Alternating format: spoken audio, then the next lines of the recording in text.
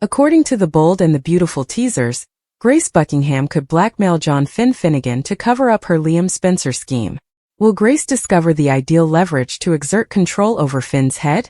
Finn can immediately recognize the warning signals of Grace's fabricated tumor and operation. Grace has obviously been lying the entire time. Therefore, B&B teasers say Finn will confront her once all is revealed. Liam feels well now, which is most likely since Grace's medicines were the underlying cause of his deteriorating symptoms. Grace devised a sophisticated ruse to obtain Bill Spencer's $1 million. But what happens when Finn discovers the truth?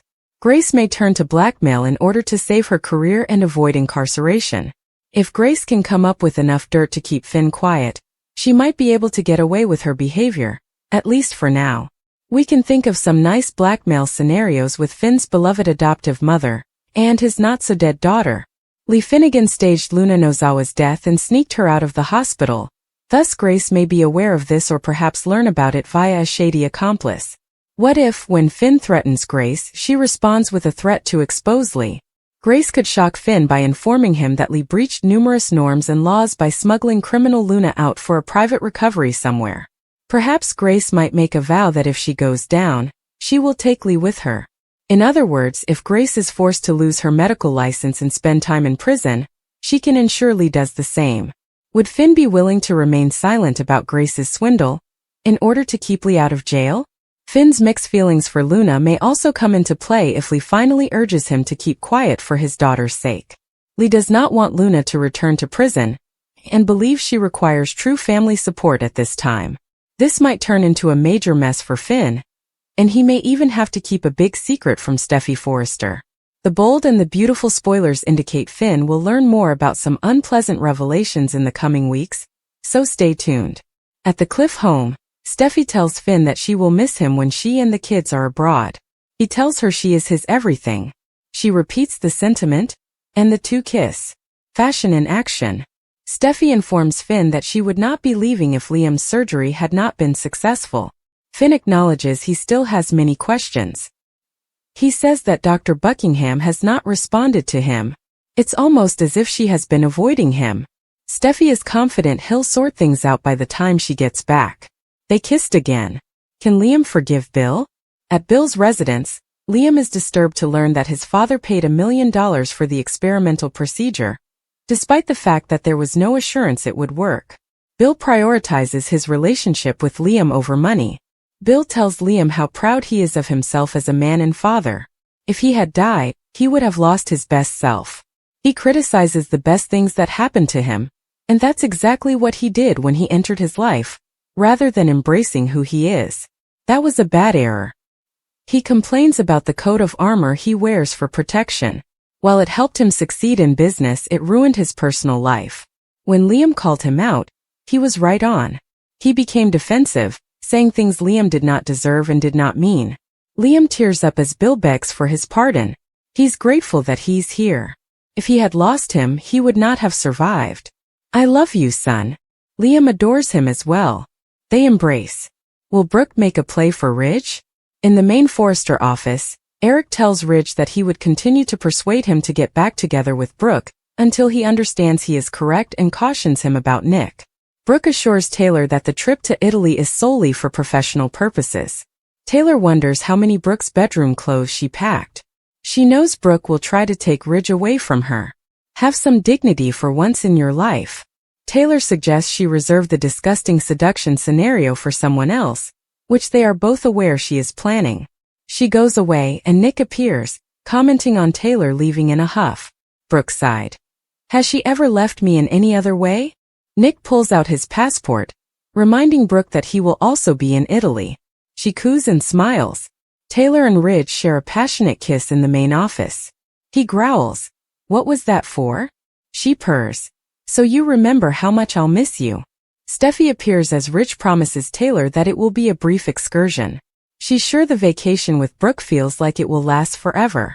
She is confident that the trip will be a success, but she needs some time away. Taylor asks her to keep in touch and provide updates.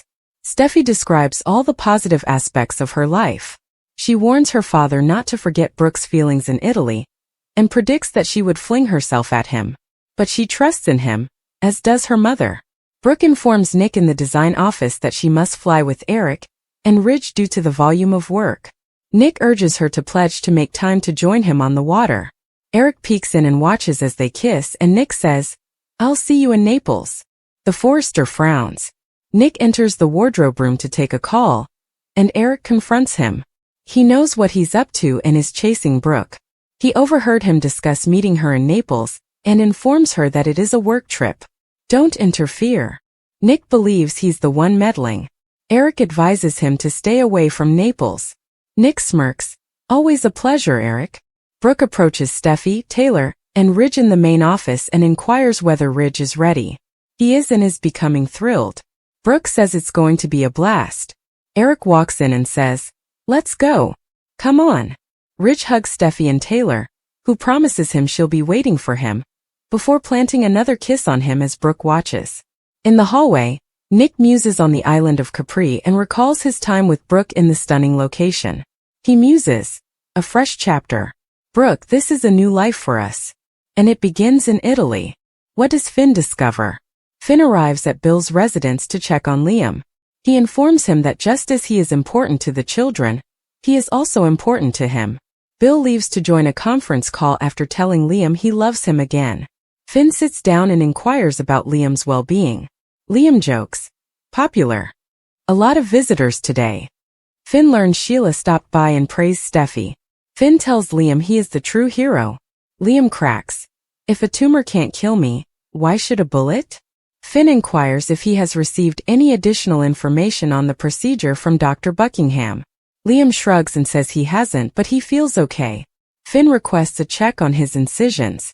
He does so with a frown. Liam wonders what's wrong. Grace enters, hides, and listens in as Finn tells Liam that the incisions are much smaller than he anticipated. Liam believes this must be a positive thing. His vitals are good, and he's becoming stronger. Finn wonders whether Dr. Buckingham has said anything else to him. Grace grimaced in the hallway. Liam informs Finn that he feels fine, but strangely fine. Like, he's reverted to his former self. Finn agrees. It is unbelievable. Grace seems apprehensive. Grace stood in the shadows of the tiny alley behind Finn's pub, her breath misting in the cool night air, and the edges of her coat flapping in the gentle breeze. She watched Finn emerge from the back door, flicking his cigarette into the gutter, unaware that he was being watched. The time had come. She'd practiced this discussion 100 times in her brain. Tonight it was going to happen. She was determined to put an end to the Liam fraud once and for all, and she had found the ideal leverage to get Finn to do what she wanted. He turned as he heard her heels scratch the gravel. His eyes expanded for a time before narrowing. "Grace," he replied warily. "Didn't expect to see you here." "You never expect a reckoning," she said, moving into the light. "But it always comes." Finn groaned, sensing a clash brewing. "If this is about Liam." "Oh, it's very much about Liam," Grace answered, her tone frigid. "And the mess you helped him make. I am not here to plead with you. I am here to make sure you clean things up." Finn scratched his jaw, frustration flashing over his face. "That isn't my job anymore. I told you I stopped doing that months ago. Whatever Liam is up to, I'm not involved." Grace smiled, but it did not reach her eyes. "You were never simply a part of it. You were the architect of half of his moves. Don't disrespect me by pretending you didn't benefit from every twisted scheme." He didn't respond, which was enough. Grace took a little USB disk from her pocket and held it up with 2 fingers. "This," she whispered softly, "has everything I need to bring you and Liam down. Every offshore account. Every wire transfer. Your identities are on shell corporations in Belize, and I have emails, timestamps, and audio recordings. You were careless, Finn. Or perhaps Liam was. Either way, I have everything." His expression stiffened. "You're bluffing." Grace flung the drive to his feet. "Plug it in. Find out." He did not move. His jaw tightened as he gazed at the small device laying in the ground. "What do you want?"